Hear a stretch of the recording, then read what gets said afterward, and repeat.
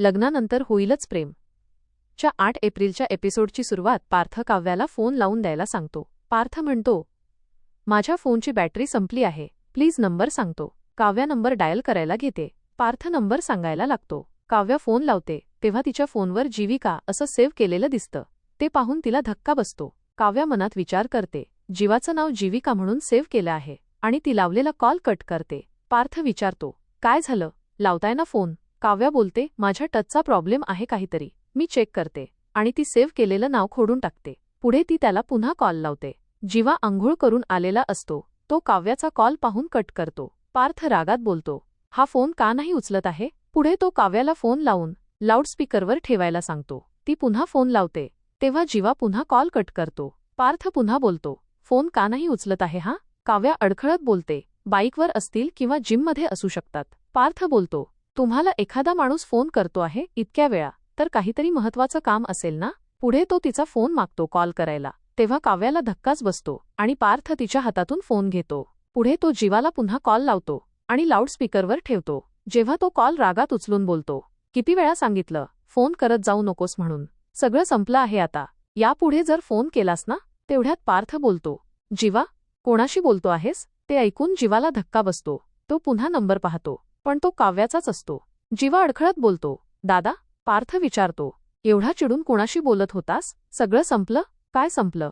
जीवा अडखळत बोलतो, क्रेडिट कार्डवाले सतत फोन करत आहेत, त्यांना सांगतोय मी संपलंय सगळं, तरीही सतत फोन करत आहेत. सतत फोन करून सांगत आहेत आउटस्टँडिंग बॅलन्स बाकी आहे अजून, तरीही मी त्यांना सांगतोय सगळं संपलं आता. काव्याकडे निर्देश करून पार्थ बोलतो, बरं ठीक आहे, पण एवढा चिडून बोलत नको जाऊस रे, तब्येतीसाठी चांगलं नाही आहे तुझ्या. अरे ऐक, जहांगीर काकांना कॉल करून सांग मला ऑफिसला यायला उशीर होईल, माझ्या फोनची बॅटरी संपली आहे म्हणून. जीवा बोलतो, म्हणून दुसऱ्याच्या फोनवरून फोन केला असता? कोणाचा नंबर आहे हा? मला अनोळखी नंबर म्हणून दाखवत आहे. ते ऐकून काव्या दुःखी होते. पार्थ बोलतो, काव्याचा नंबर आहे हा.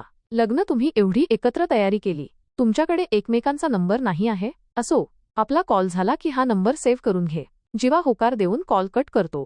जीवाला पार्थने नंबर सेव्ह करायला सांगितलेलं आठवतं आणि तो काव्याचं नाव त्याच्या मोबाईलमध्ये काव्या पार्थ देशमुख असं सेव्ह करतो. पुढे मिथुन हॉलमध्ये आईबाबांना बोलावतो. तेव्हा बाबा विचारतात, अरे काय झालंय काय? मिथुन त्यांना बसायला सांगतो आणि त्याच्या बागेतील फ्रेम्स काढून बोलतो, तुम्ही जशा सांगितल्यात अगदी तशाच बनवून आणल्या मी मुलांच्या लग्नाच्या फ्रेम्स. त्या फ्रेम्स पाहून दोघेही जण खुश होतात. पुढे आई बोलते, मिथुन भाऊजी, मला हे तुमचं फार आवडतं. तुम्हाला ना एक छोटंसं काम जरी सांगितलं ना, तरी तुम्ही ते छोटेसे काम तुम्ही उत्तम दर्जाचं करता. छान झाले आहेत फ्रेम. पुढे बाबा आईला विचारतात, ह्या फ्रेम्स तू करून आणायला सांगितल्या? आई होकार देत बोलते, आश्चर्य वाटलं तुम्हाला? पुढे मिथुन बोलतो, वहिनीसाहेब सॉरी, मी तुम्हाला डिस्टर्ब करतो आहे, पण मला एक प्रश्न पडला आहे मध्येच. तुम्ही मला अशा फ्रेम्स करून का आणायला सांगितल्या? तुम्ही त्या चौघांना त्यांचं लग्न तितकं सहजासहजी मान्य नाहीये हे दिसतंय आपल्याला, आणि ह्या फ्रेम्स दाखवून त्यांना अजून नाराज करायला नको असं मला वाटतं. तेव्हा आई बोलते, हो, पण सगळे काही नाराज होणार नाही या फ्रेम्समुळे. मी तुम्हाला सांगू का, नंदिनीला आनंद होईल, पार्थला बरं वाटेल, जीवाला हे अजिबात आवडणार नाही आहे, पण तो काही बोलणार नाही. आणि काव्या? तेव्हा मिथुन बोलतो, हा काव्या, त्या जरा विस्फोटक आहेत ना, दिवाळीचा सुतळी बॉम्ब असतो तसा. एकदा काय सुरू झाल्या की असं वाटतं बॉम्ब फेकायच्या आधी हातात फुटतो की काय. ते ऐकून आई बाबा हसायला लागतात. आई बोलते, हीच तर गंमत आहे.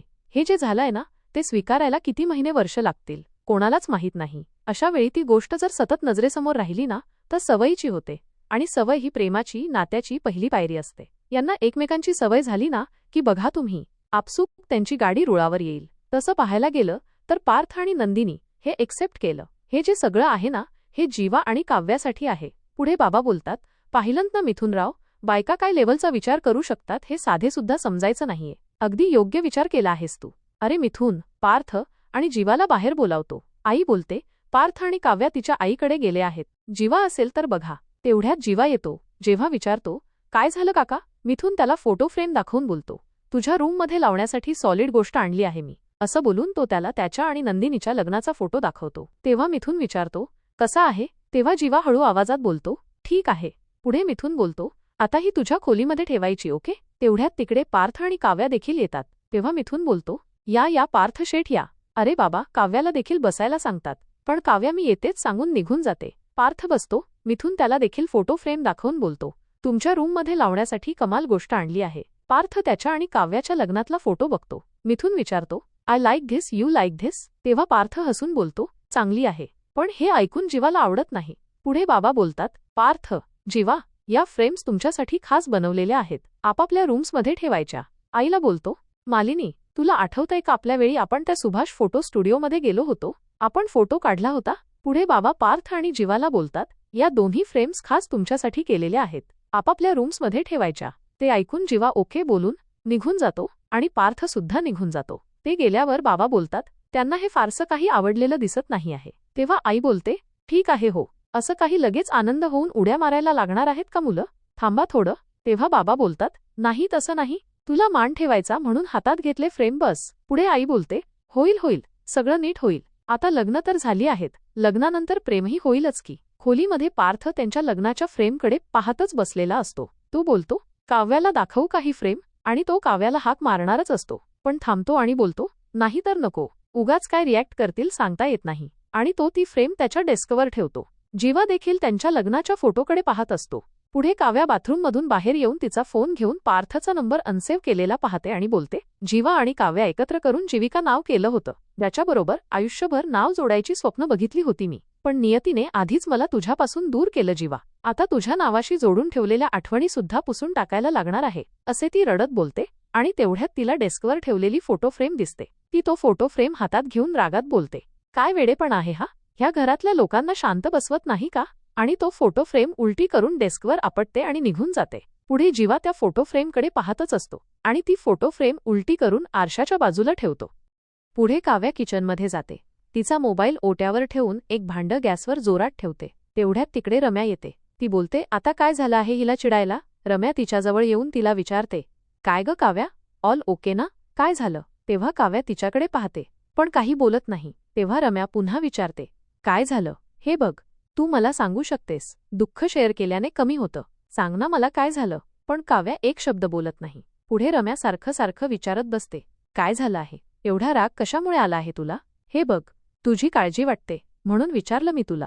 तेव्हा काव्या तिला शंकेनेच बघते. पुढे रम्या बोलते, काव्या, आपल्या वयामध्ये फार अंतर नाहीये, सो तू तुझे प्रॉब्लेम्स, तुझे टेन्शन माझ्याशी शेअर करू शकते. सगळं मला तुझी मोठी बहीण समज. तेव्हा काव्या संतापून बोलते, का समजू मी तुला माझी मोठी बहीण? काय गरज आहे रम्याजी? नाती एक्झिस्टच करत नाहीत. ती नाती जोडायला येऊ नकोस तू माझ्याशी. मला एक मोठी बहीण आहे, जी लाखात एक आहे, 10 पटीने चांगली आहे. आणि तू अशी खोटी काळजी दाखवणे बंद कर जरा. तुझी काळजी या ब्लॅक कॉफी सारखी आहे. रम्या बेचव. पुढे ती ते पातेलं उचलायला जाते, पण ते पातेलं गरम असल्यामुळे तिला चटका बसतो. तेव्हा रम्या भाजलेलं पाहून तिच्यासाठी बर्फ आणायला जाते. तेव्हा काव्या रागावून बोलते, काहीही गरज नाही आहे ग. तेव्हा रम्या तिच्याशी बोलायचा प्रयत्न करतच असते, पण काव्या रागात बोलते, तू जा. पुढे रम्याला ओट्यावर ठेवलेला काव्याचा फोन दिसतो. त्याच्यावर कोणाचा तरी कॉल आलेला असतो. तेव्हा काव्या तिचा फोन घ्यायला जात असते, पण रम्या तिचा फोन मागे घेऊन बोलते, अगं भाजलाय तुला. तेव्हा काव्या रागात बोलते, दे ग, काय गरज आहे माझ्या फोनला हात लावायची? हिम्मत कशी झाली तुझी माझ्या फोनला हात लावायची? तेव्हा रम्या बोलते, वाजत होता. पण काव्या तिला थांबवून मोठ्या आवाजात बोलते, गरज काय आहे? रम्या बोलते, कामात होतीस तू, तुला भाजलं होतं म्हणून म्हटलं. तेव्हा पुन्हा काव्या थांबून बोलते, रम्या प्लीज, तुझ्या मेहरबानीची मला काहीही गरज नाहीये. शेवटचं सांगते, माझ्यापासून आणि माझ्या फोनपासून लांब राहायचं. वॉर्निंग देते आहे हा रम्या, माझ्या फोनला हात लावायचा नाही. असं बोलून ती भाजलेल्या हातानेच तिच्यासाठी कॉफी ओतून घेते आणि निघून जाते. ती गेल्यावर रम्या विचार करते, काय बिंडोक आहे, साध्या फोनवरून इतका तमाशा केला. इतकं चिडावं असं काय आहे हिच्या फोनमध्ये? इकडे नंदिनी तिच्या खोलीमध्ये येते. तेव्हा तिला तो फोटो फ्रेम उलटा ठेवलेला दिसतो. तेव्हा ती चकित होऊन तो फोटो फ्रेम उचलते आणि तो फोटो पाहून खुश होते आणि हसायला लागते आणि बोलते, इतके दिवस मी ह्या खोलीमध्ये येते, प्रत्येक वेळी काहीतरी विसरले असं वाटतंय, पण ते जे काही मिसिंग आहे ते ह्या फोटो फ्रेमने भरून काढले. छान वाटतोय हा फोटो. कोणी आणली असेल ही फ्रेम? तेव्हा ती तो फोटो फ्रेमबरोबर उभा करून निघून जाते. पुढे पार्थला त्याच्या खोलीमध्ये त्यांच्या लग्नाचा फोटो फ्रेम उलटा ठेवलेला दिसतो. पार्थ बोलतो, फ्रेम उलटी कोणी करून ठेवली की पडली? असं बोलून तो फोटो फ्रेम बरोबर लावतो आणि तो खोलीतून निघून जातो. तेवढ्यात तिची कॉफी घेऊन काव्या खोलीमध्ये येते आणि तो फोटो फ्रेम पाहून रागात बोलते, हा काय प्रकार आहे? मी ही फ्रेम उलटी करून ठेवलेली परत सरळ करून कोणी ठेवली? आणि रागात पार्थला हाक मारते. पार्थ खोलीमध्ये येऊन विचारतो, काय झालं? तेव्हा काव्या बोलते, काय चाललंय? मी ही फ्रेम उलटी करून ठेवते, पण ती परत सरळ करून का ठेवत आहात तुम्ही? पार्थ तिला शांत करण्याचा प्रयत्न करतो, पण ती अजून मोठ्याने बोलते, काय शांत? तेव्हा त्यांचं भांडण ऐकून सर्वजण त्यांच्या खोलीमध्ये येतात. तेव्हा काव्या मोठ्याने बोलते, काय चाललंय या घरात? लादलेलं लग्न आहे हे. ते ऐकून सर्वांना धक्का बसतो. पुढे ती बोलते, कुठलंही लादलेलं नातं टिकून राहत नाही. इतकी साधी गोष्ट कशी कळत नाही तुम्हा लोकांना? आणि अशा प्रकारे आजच्या एपिसोडचा शेवट होतो. तुम्हाला हा व्हिडिओ आवडला असेल तर लाईक करा, शेअर करा आणि चॅनलला सबस्क्राईब करा. बेल नोटिफिकेशन ऑलवर सेट करा जेणेकरून सगळ्या नव्या व्हिडिओंच्या अपडेट्स तुम्हाला मिळतील. तुमच्या प्रतिक्रिया आणि कमेंट्स नक्की कळवा.